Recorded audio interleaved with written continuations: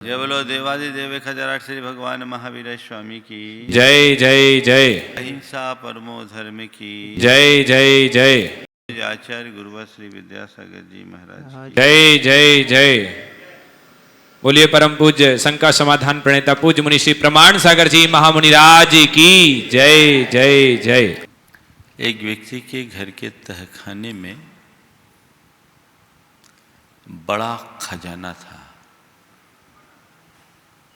लेकिन वो ताले में बंद था। उसे ये तो पता था कि अंदर खजाना है, पर ताला कैसे खुले इसका उसे कोई पता नहीं था। नतीजा, खजाने का स्वामी होने के बाद भी वह भिखारी जैसा जीवन जी रहा था। उसके पास ऐसा कोई साधन या तरकीब नहीं थी जिससे कि वो उस ताले को खोल सके। एक दिन एक अनुभवी व्यक्ति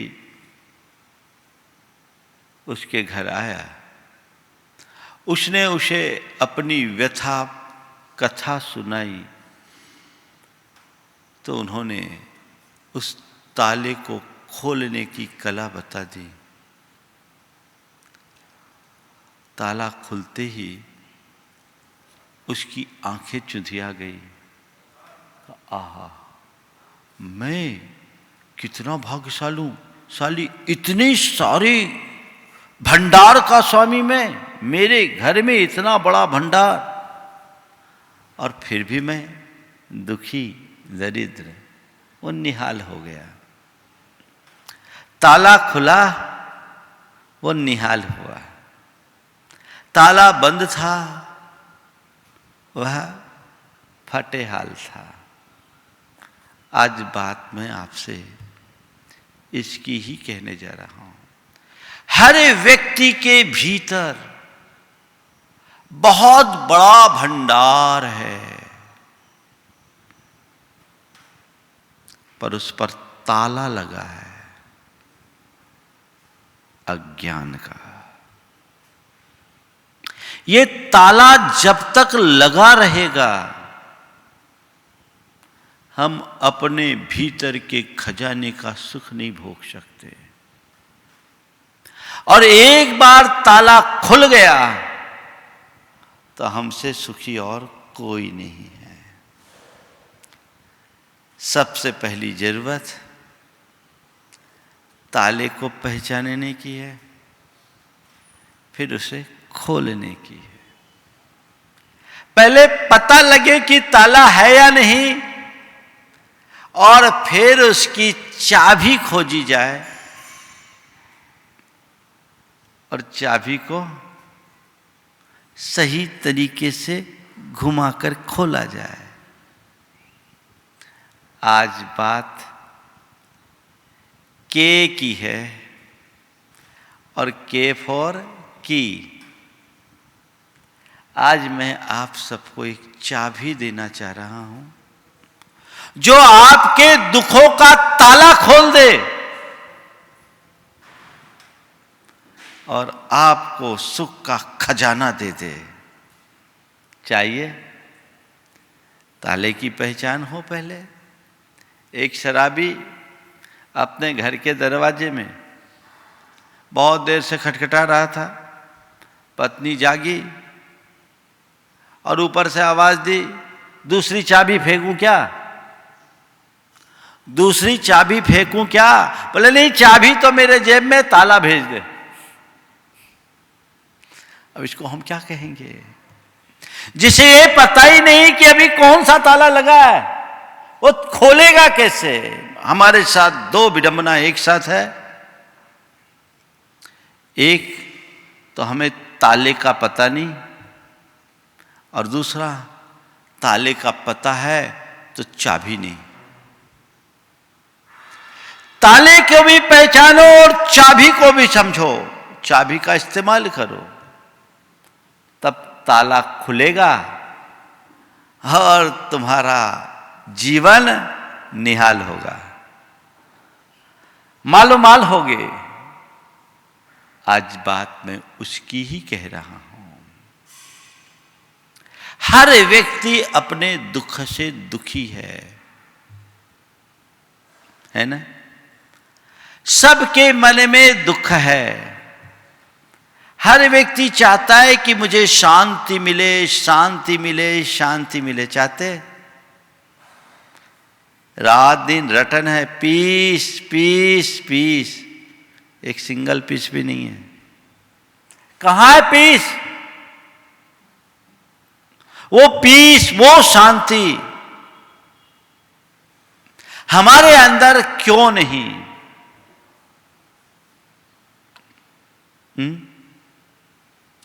तो आज मैं आपको एक ऐसी की,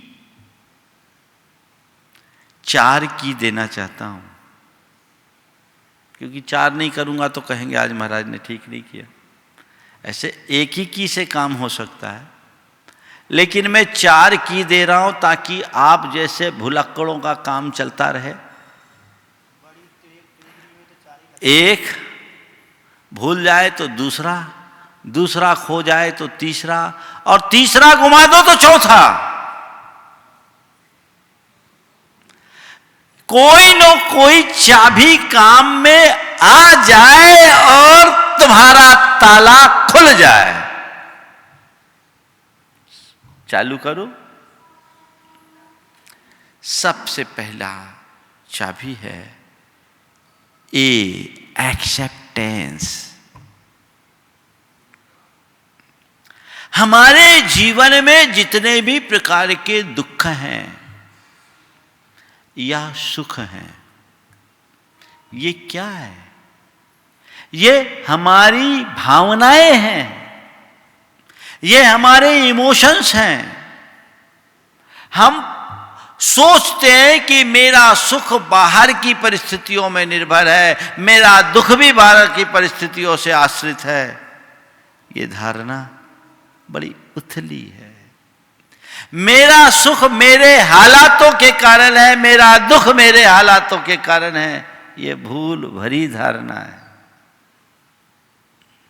सच्चे अर्थों में देखा जाए तो हालात न तो मनुष्य को सुखी बनाते न दुखी बनाते हैं। मनुष्य की मन की भावनाएं ही उसे सुखी बनाती है और मन की भावनाएं दुखी बनाती है। मन की भावनाएं सुखी बनाती, मन की भावनाएं दुखी बनाती। एक आदमी ने एक गाड़ी खरीदी, बहुत जांच परख करके हफ्ता भर सब शोरूम घूमते गया, इंटरनेट में खूब सर्च किया, खूब तसल्ली के बाद अपने मन पसंद गाड़ी घर में लाकर खड़ा किया। अच्छी सुख की अनुभूति हुई, प्रसन्नता आई। आहा, आज मेरे मन की मुराद पूरी हो गई, मैं अपने मनोनुकूल गाड़ी ले आया। 2 दिन बीते नहीं कि तुम्हारा पड़ोसी उससे अच्छी और अच्छे मॉडल की गाड़ी लाकर खड़ा कर दिया। अब क्या हो रहा है? अरे चूक गए, पहले वो गाड़ी लेते तो ठीक थे, ये गाड़ी ठीक नहीं, गलत डिसीजन हो गया। मन रो रहा है, क्या हो रहा है? गाड़ी तुम्हारी कोई छीनी, एक स्क्रैच भी गाड़ी पे नहीं आई। गाड़ी यथावत है, जो की तो है, पर फीलिंग में अंतर क्यों? क्यों आया अंतर? हाँ, भाव बदल गए। अभी तक मैं अच्छा था, अब मुझसे अच्छा कोई और हो गया तो मैं बुरा हो गया। यही फीलिंग है ना? क्या हो गया? गया काम से। भावनाएं ही हमें सुख देती है और भावनाएं ही हमें दुखी बनाती है। 3-4 उदाहरण देख के मैं अपनी बात आगे बढ़ाता हूं। पहले इस चीज को अच्छे से समझ लीजिए कि जीवन में भावनाओं का कितना प्रभाव पड़ता है। एक आदमी की घड़ी खो गई,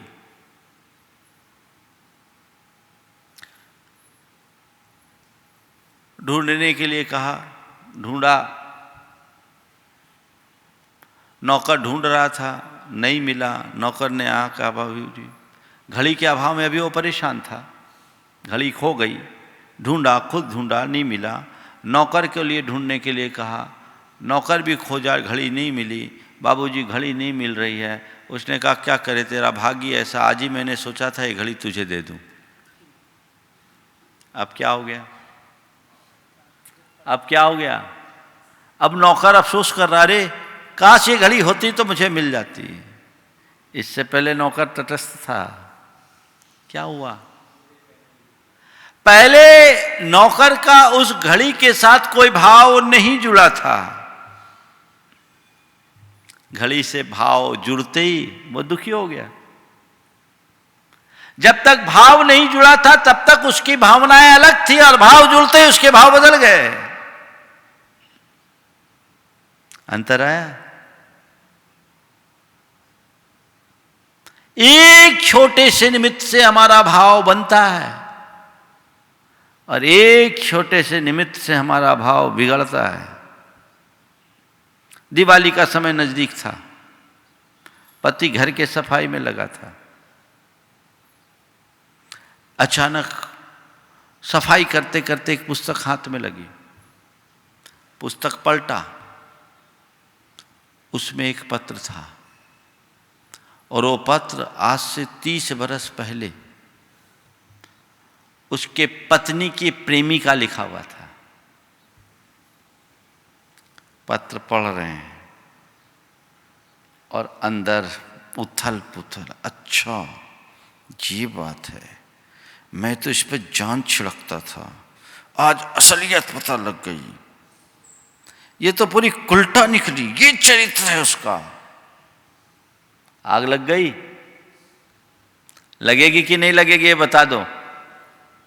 30 बरस पहले पत्नी वही, पत्नी का व्यवहार वही, सब कुछ वही, पर कल तक जो कुछ क्षण पहले तक जो पत्नी प्राण प्यारी थी, आंखों की तारा थी, अब आंखों का कांटा कैसे बन गई?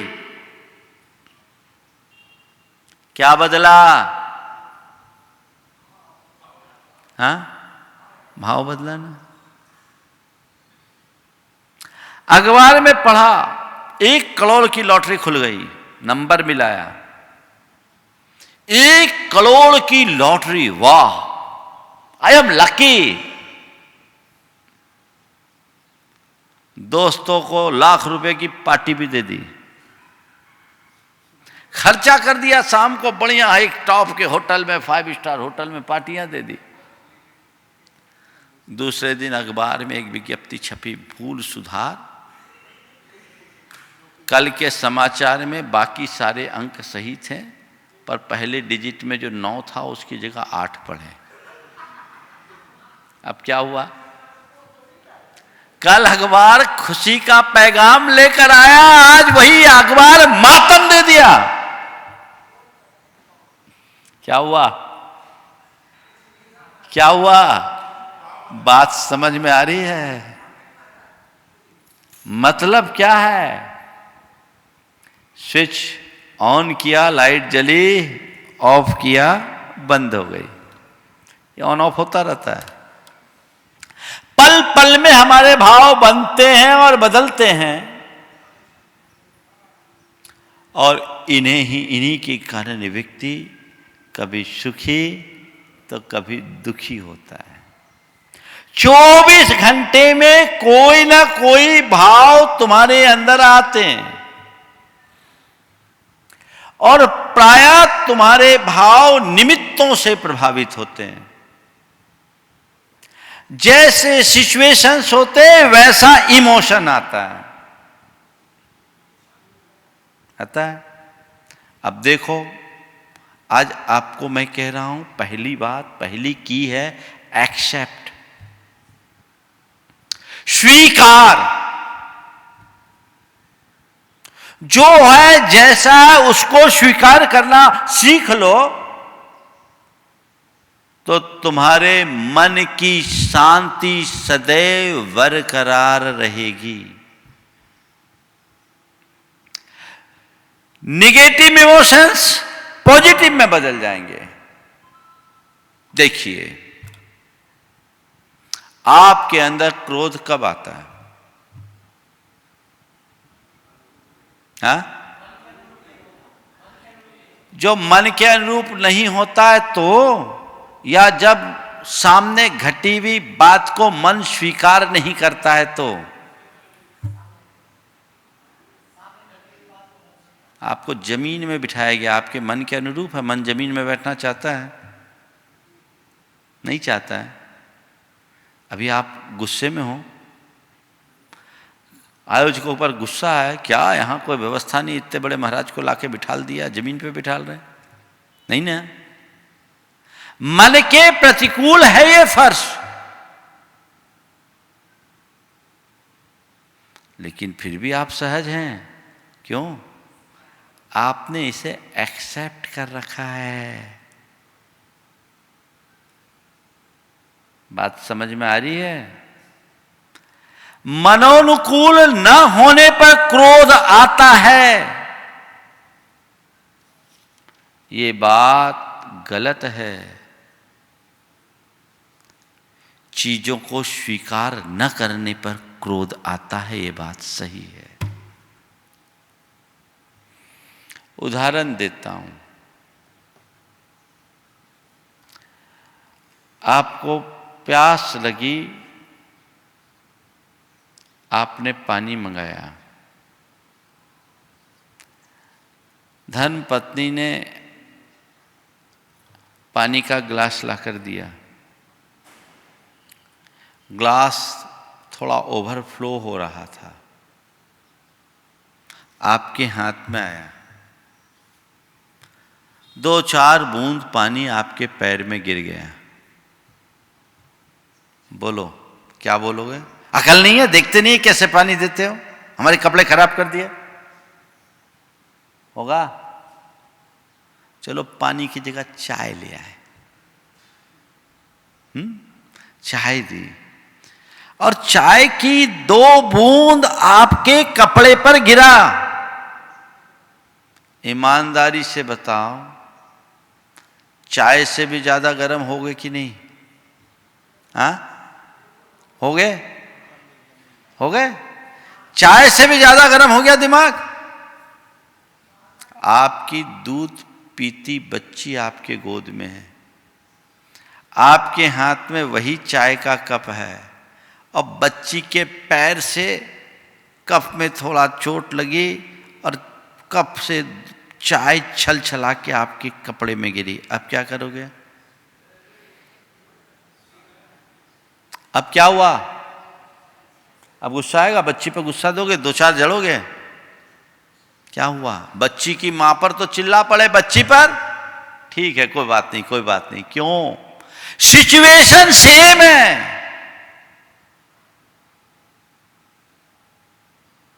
सिचुएशन सेम है। चाय की बूंद पहले भी गिरी, चाय की बूंद अब भी गिरी, लेकिन पहले में क्रोध और बाद वाले में शांति, बल्कि और प्रेम प्रकट हो रहा है। ये क्यों? क्रोध एक नेगेटिव इमोशंस था और प्रेम एक पॉजिटिव इमोशन है। दोनों इमोशन एक ही सिचुएशन में, एक तरफ निगेटिव, एक तरफ पॉजिटिव। मतलब समझ में आ रही है बात? पहली बात को आपने एक्सेप्ट नहीं किया, नेगेटिव इमोशंस आए, अशांति आई, और दूसरे सिचुएशन को आपने एक्सेप्ट किया, वही पॉजिटिव इमोशन हो गया, शांति की हो गई ना? बात समझ में आ रही? सामने वाला मेरे अनुरूप व्यवहार नहीं कर रहा है, इसलिए मुझे गुस्सा आ रहा है, या मैं उसके व्यवहार को स्वीकार नहीं कर पा रहा हूं, इसलिए गुस्सा आ रहा है। सामने वाला सदैव मेरे अनुकूल व्यवहार करे, ये मेरे हाथ में नहीं है, पर सामने वाले के व्यवहार को मैं सहज भाव से स्वीकार करूं, ये तो मेरे हाथ में है। तो स्वीकार करते ही सुख आ गया ना, शांति आई। विश्वाभी को संभाल कर रखना, खोना मत, खोना मत। देखो कुछ और नेगेटिव बात नेगेटिव पॉजिटिव बातें आपको बताता हूं। अचानक कोई ऐसी चीज, ऐसी सिचुएशन बन जाए, आप एकदम डर जाते हैं। डर जाते कि नहीं? हाँ, अचानक मान लो अभी ऊपर से इतनी तेज आवाज आए मानो बम फूटा हो, डर लगेगा। एक इमोशन है। भय भी एक इमोशन है, फियर भी एक इमोशन है। लेकिन जब कभी किसी एडवेंचरस कार्य के लिए आप जाते हैं, वहां डर आपका गोल हो जाता है।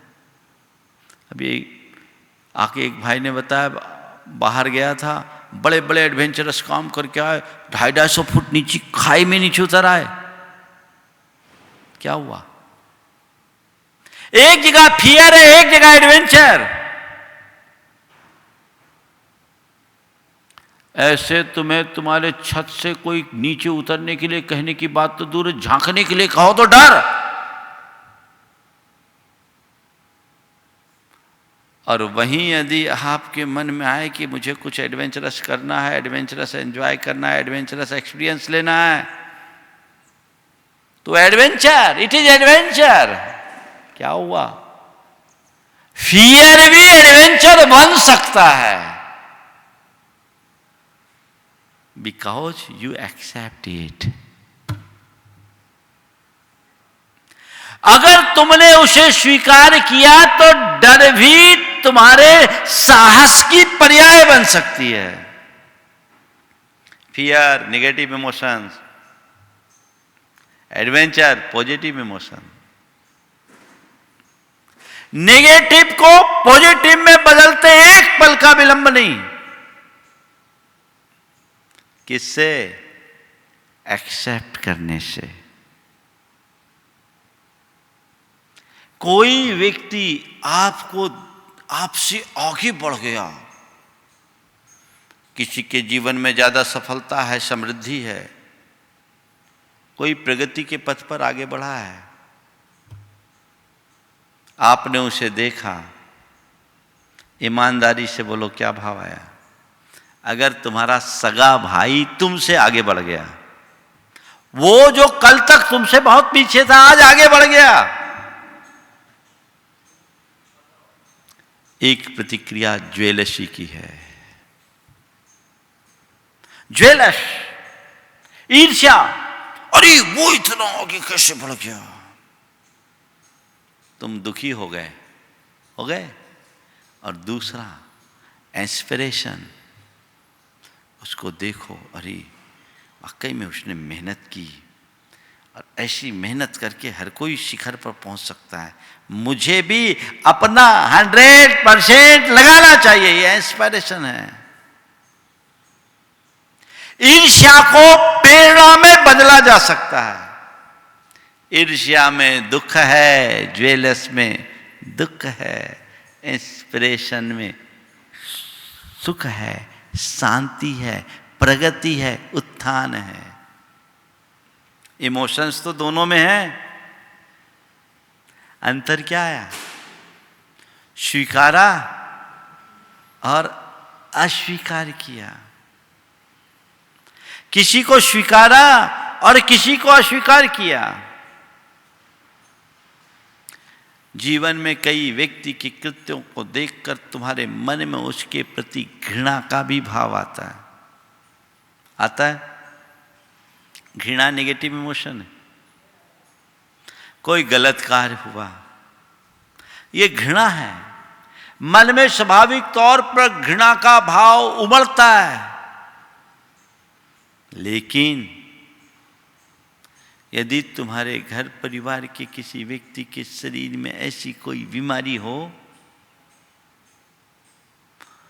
उसे देख करके तुम सेवा का भी भाव कर लेते हो। एक व्यक्ति को देख करके तुम सेम सिचुएशन में किसी की नाक बहती हुई देख करके घृणा कर रहे हो, और वहीं अपने बच्चे की नाक बहती देखकर रुमाल रख करके प्यार से पोंछ रहे हो। क्या अंतर आ गया? एक तरफ घृणा उत्पन्न हो रही है, यह भी एक इमोशन है, और दूसरी तरफ उसके प्रति प्रेम और सेवा का भाव उमड़ रहा है, यह भी एक इमोशन है। दोनों में क्या अंतर आया?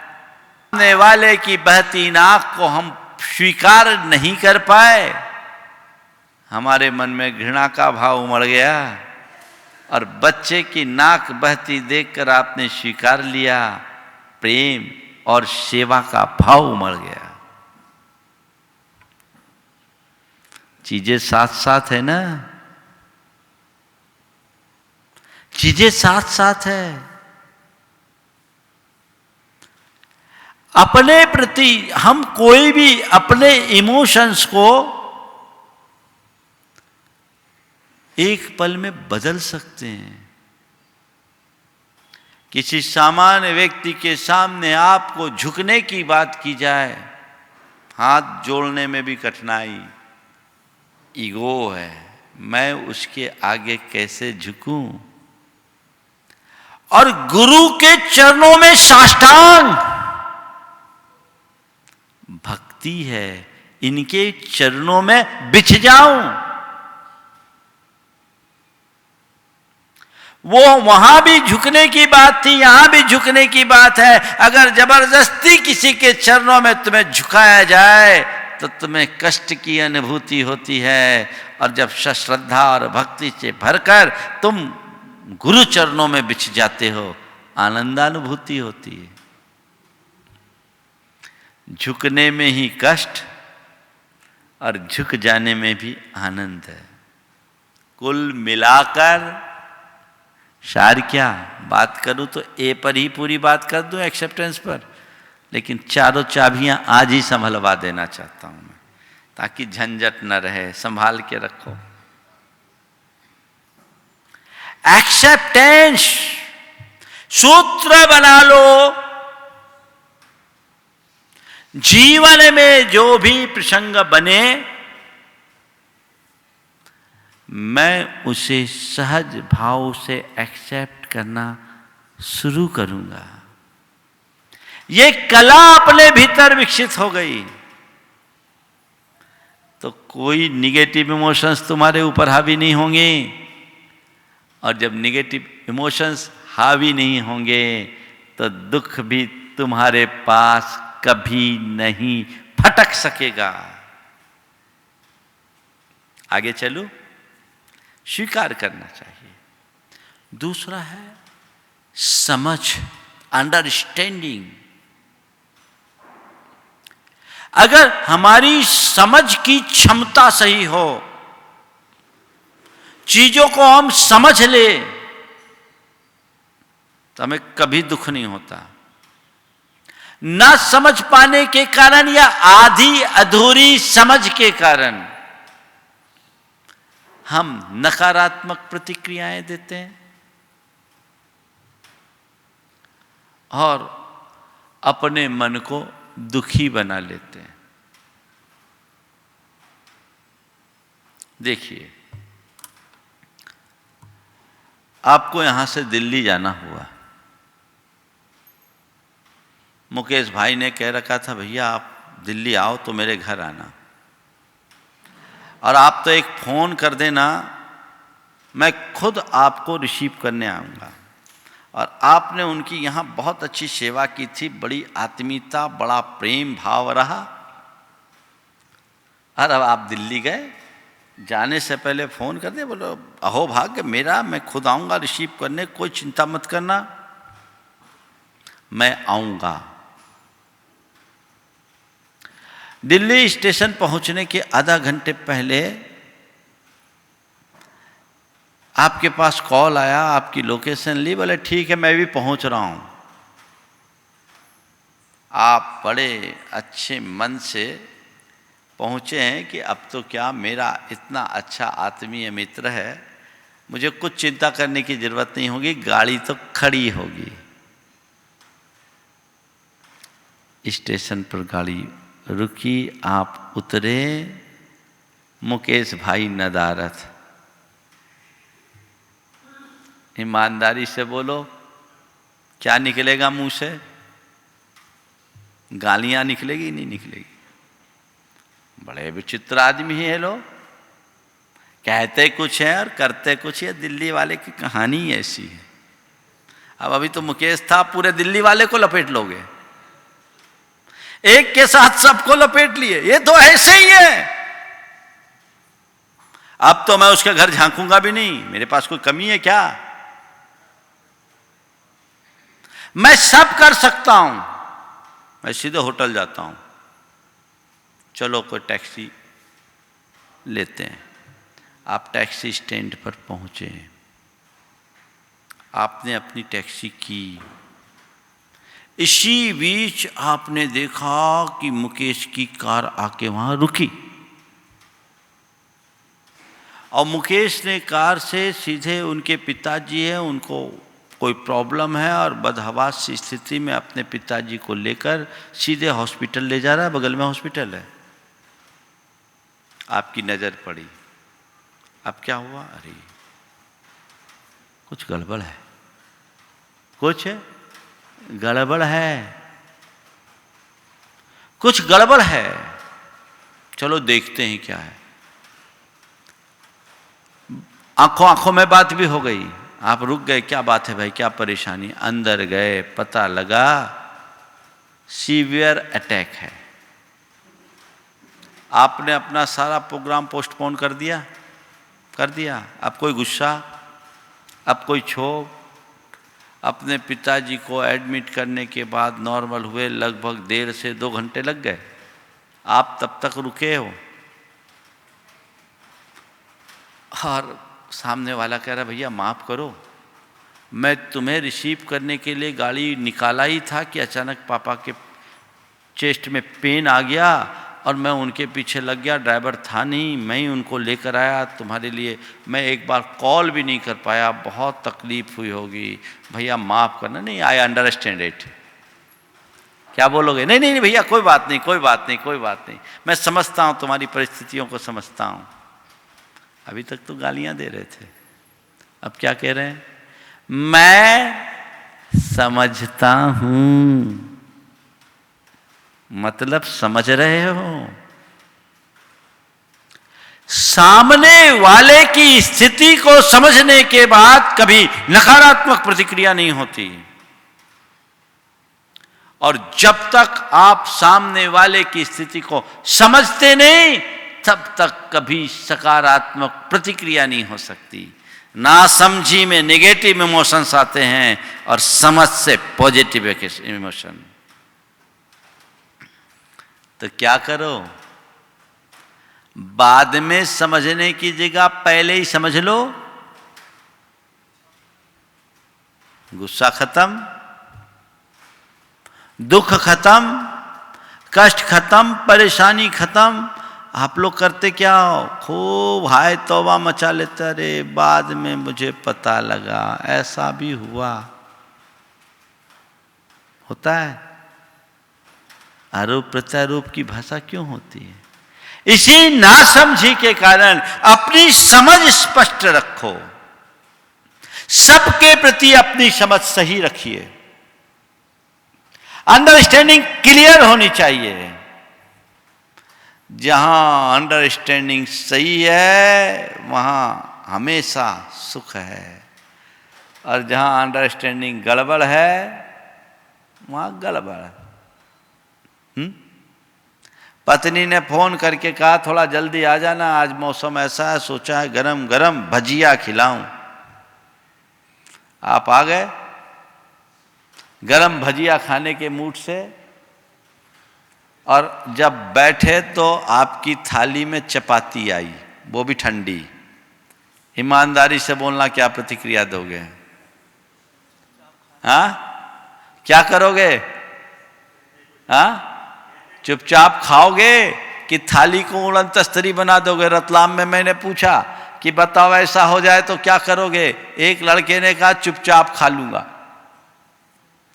मैंने कहा ऐसा हो जाए तो तुम क्या करोगे? बोला चुपचाप खा लूंगा। मैंने कहा गजब की क्षमता है तुम्हारी। बाजू में उसका दोस्त बैठा था, बोला महाराज इसी में खैरियत नहीं तो ये भी नहीं मिलेगी। वैसी सिचुएशन में भले चुपचाप खा लो, लेकिन क्या हुआ? आग बबूला हो गए। आपने कैसी कैसी प्रतिक्रियाएं दे दी। पत्नी ने रोती आंखों से हाथ जोड़कर क्षमा मांगा, माफ करना, आपको बहुत कष्ट हुआ, तकलीफ हुई। मैंने सदैव आपकी भावनाओं का ख्याल रखा। आज मेरे मन में खुद में बड़ी प्रबल इच्छा थी कि आज गरम गरम भजिया आपको खिलाऊं।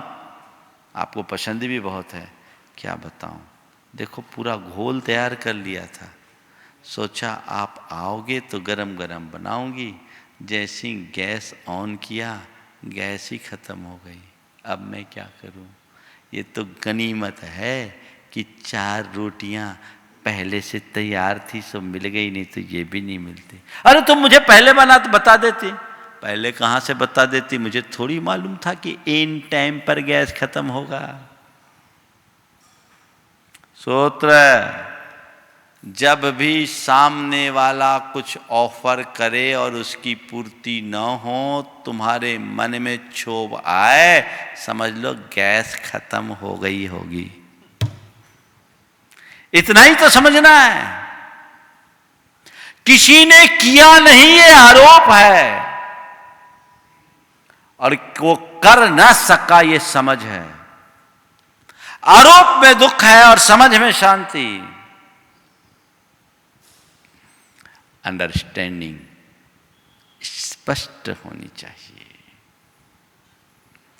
अपने मन की शांति को टिकाए रखने की ये अद्भुत चाबी है। आप अपनी समझ को विकसित कर सकते हैं, इतनी समझ तो रखनी चाहिए। देखिए, बच्चे कोई हरकत करते हैं, आपके विरुद्ध हरकत करते हैं, आपको कोई तकलीफ होती? हाँ, तकलीफ होती है। बच्चे आप मान लो बैठे हैं, अपने ऑफिस का भी काम कर रहे हैं, आपका लैपटॉप कंप्यूटर आपके सामने, कोई छोटा दूध पीता बच्चा आ जाए वो और आपकी कीबोर्ड को छेड़छाड़ करने लगे और कुछ करे तो क्या आपको बच्चों पर उतना गुस्सा आता है? क्यों? आप समझते हैं कि बच्चे ऐसी हरकत करते हैं, तो आप बच्चों के साथ उतने ज़्यादा तीखे नहीं होते। बच्चों को अगर बोलते भी हो तो प्यार से प्रेम से पुचकारते हो, और बहुत ज़्यादा हुआ तो उठा करके बाहर ले आते हो, अपना दरवाज़ा बंद करके अपना काम कर लेते हो, प्यार से कहते हो बेटा तुमसे बाद में बात करेंगे, बाद में खेलेंगे, पहले हमें अपना काम करने दो। लेकिन आप किसी कार्य में मगन हो और उस बीच आपकी घरवाली ही अपना कोई जरूरी काम आपको बता रही है, चलो डिस्टर्ब मत करो, अभी काम बहुत है, न पता क्या क्या बोलोगे। क्या हो गया?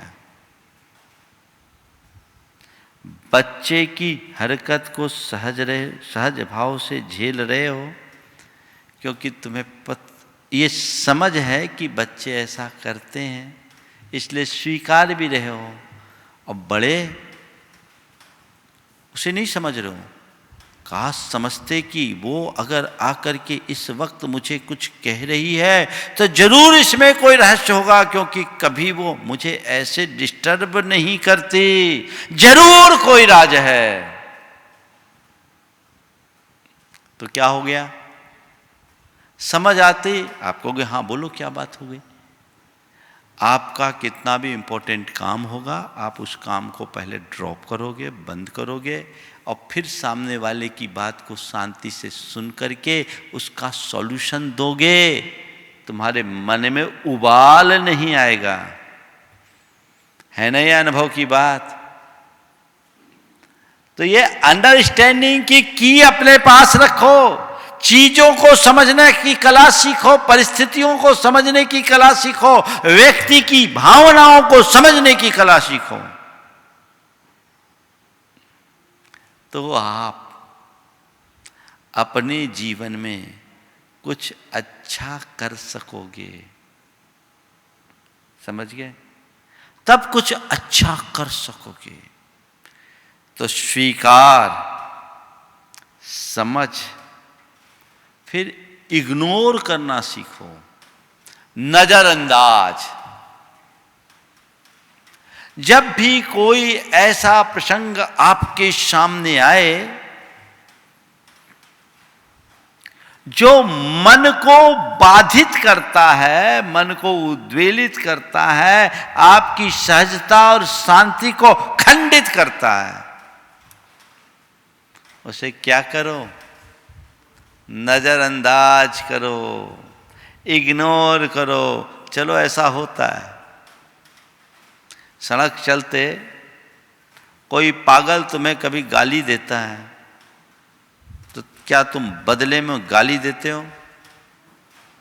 कितनी भी भद्दी गाली दे दे, उसे सुन करके तुम्हें गुस्सा आता है क्या? आता है? नहीं आता है ना। क्यों? गाली सुनने से तो गुस्सा आएगा। पागल ने गाली दी, आपने सुनकर अनसुना किया, सोचा हे भगवान इसकी बुद्धि ऐसी है। और मान लो वही बात आपके घर में या आपका कोई पड़ोसी आपको कहे, और गाली तो दूर की बात है, केवल अबे तबे कर दे, तो क्या हो गया? क्या हो गया? उसकी गाली आपने सुन ली और आपकी सहजता बनी रही। इसने अबे तबे कहा, अरे अबे तबे की बात भी जाने दो, केवल तेवर ऊंचा किया है, तमीज से बोल। क्या हो गया? क्या हो गया? पागल की गाली सुनने को मन राजी है, लेकिन अपने मित्र या अपने घर के किसी व्यक्ति के तीखे तेवर सुनने को मन राजी नहीं है। क्यों? उसकी बात को आपने इग्नोर कर दिया, इसकी बात को आपने पकड़ लिया। देखो, इग्नोर करने और पकड़ने का परिणाम क्या होता है। माँ ने कहा बेटा देख थोड़ा ढंग से रह, ढंग से पढ़ लिख, नहीं तो तू गधा रह जाएगा। माँ ने कहा बेटा थोड़ा ढंग से पढ़ लिख, थोड़ा ध्यान दे, नहीं तो तू गधा का गधा रह जाएगा। और यही बात भाई ने या किसी मित्र ने, तू तो गधा का गधा ही है। क्या अंतर है? मां ने भी गधा कहा और मित्र ने भी गधा कहा। शब्द और शब्द के श्रवण में कोई अंतर नहीं, सिचुएशन इज सेम। और मां की बात को सुनकर के कोई गुस्सा नहीं, अपितु और करे ठीक कहती है मां, अब मैं ध्यान रखूंगा। पर यही बात दूसरा कहे तो उसको उसकी औकात दिखाने के लिए तुल जाओगे। क्या हुआ? पहली बात को आपने इग्नोर किया और दूसरी बात को आपने पकड़ लिया। सूत्र है, चीजों को इग्नोर करने में सक्षम बनोगे तो हमेशा सुखी बने रहोगे। और चीजों को पकड़ते रहोगे तो सारी जिंदगी दुखी बने रहोगे। इग्नोर करना सीखो। मैं प्राय सब बातों को इग्नोर करता हूं, उनको एंट्री देता ही नहीं जिससे मेरे अंदर की सहजता खंडित हो। ये कला अपने भीतर विकसित कीजिए, अपना बचाव कीजिए। समझ गए? ये मनुष्य का अपने अंदर का अज्ञान है। जीवन जीने की कला उसके भीतर विकसित होनी चाहिए। और नंबर 4, चौथी चाबी है, वो है सहनशीलता का। टॉलरेंस होना चाहिए। सहनशील बनिए, जितना बन सके सहन करना सीखिए। चीजों को सह लेंगे तो आपको कभी दुख नहीं होगा, सहेंगे नहीं तो दुख होगा। एक सज्जन, बड़ी फैक्ट्री, बड़ा कारोबार, मैंने देखा गर्मी में 47 टेम्परेचर में भी वो टीन शेड के नीचे एक छोटे से कूलर के सामने बैठते थे। इत्र का कारोबार था। मैंने पूछा, भैया तुम इतनी गर्मी में तपते हो? बोले महाराज 4 लाख रुपए किलो गुलाब का इत्र आता है, अगर 1 किलो भी कोई पार करके ले जाए तो बड़ा नुकसान है, इसलिए मैं यहां बैठता हूं। और घर आए, 1 मिनट एसी न चले तो बेचैन। एक दिन लाइट नहीं, परेशान, जनरेटर खराब, परेशान। मैंने कहा भैया तुम दिन भर में 6-8 घंटे अपनी फैक्ट्री में तपती टीन के नीचे बिना एसी के रह लेते हो, और अपने घर में घंटे 2 घंटे बिना एसी के क्यों नहीं रह पाते? बोले महाराज वहां सहन हो जाता, यहां सहन नहीं हो पाता। क्या हुआ? दुख किसके कारण हुआ? गर्मी के कारण या गर्मी न सह पाने के कारण? आप लोग देखो, जब क्रिकेट का मैच होता है, घंटों मैच होता है, लगभग 8 घंटे मैच होता है दोनों सेशन मिला के, 47-48 टेम्परेचर में पूरा स्टेडियम फुल होता है। वहां कोई एयर कंडीशन है क्या? है बैठे आराम से आनंद ले रहे हैं, सब एसी छोड़ करके बैठे हैं। तपती धूप है, इतनी धूप कि पूरी चमड़ी बदन जल जाए। जो प्लेयर्स हैं वो भी, और जो दर्शक हैं वो भी, सब दुखी हैं या सुखी? हाँ, सुखी हैं। यानी धूप में बैठने से सुख मिलता है? धूप में बैठने से सुख मिल रहा है उनको? सुख क्यों मिल रहा है? धूप में बैठने से सुख नहीं मिल रहा है, धूप को सहने से सुख मिल रहा है। और सह क्यों रहे हैं? भैया मुझे मैच देखना है, मैच देखना है, मैच का आनंद लेना है, इसलिए सह रहे हैं। मैच का आनंद लेने के लिए धूप को सहते हो, जीवन का आनंद लेने के लिए दुख को सहना शुरू कर दो, जीवन धन्य हो जाएगा। मैच का आनंद लेने के लिए धूप सहने को तैयार हो, जीवन का आनंद लेने के लिए दुख सहने के लिए तैयार क्यों नहीं? मन को तैयार कीजिए, और अगर मन तैयार होगा तो जीवन मजेदार होगा। तो आज आपको 4 की दी मैंने, कोई भी एक की ले लो, तुम्हारा दुख का ताला खुल जाएगा, सुख का भंडार तुम्हारे हाथ में होगा। तो पहली बात स्वीकार, दूसरी बात समझ, तीसरी बात नजरअंदाज करो, इग्नोर करो, और चौथी बात सहनशीलता अपने जीवन में विकसित करे। तो ये की हमारे जीवन की मास्टर की हो जाएगी, हमारे जीवन को परम सुख का भंडार प्रदान करने में समर्थ होगी। आप सबके जीवन में ऐसी की हमेशा रहे। और ध्यान रखना, चाबी तो अंटी में लगाई जाती है। चाबी का छल्ला कहाँ रखते हो? अंटी में रखते हो ना। बस इस की को अंटी में रखो, इस चाबी की, इस की को अंटी में रखो। जब जो ताला खोलना खोल लो और अपने इस फटेहाल जीवन को निहाल कर लो। जय बोलो परम पूज आचार्य गुरुवर श्री विद्यासागर जी महाराज की।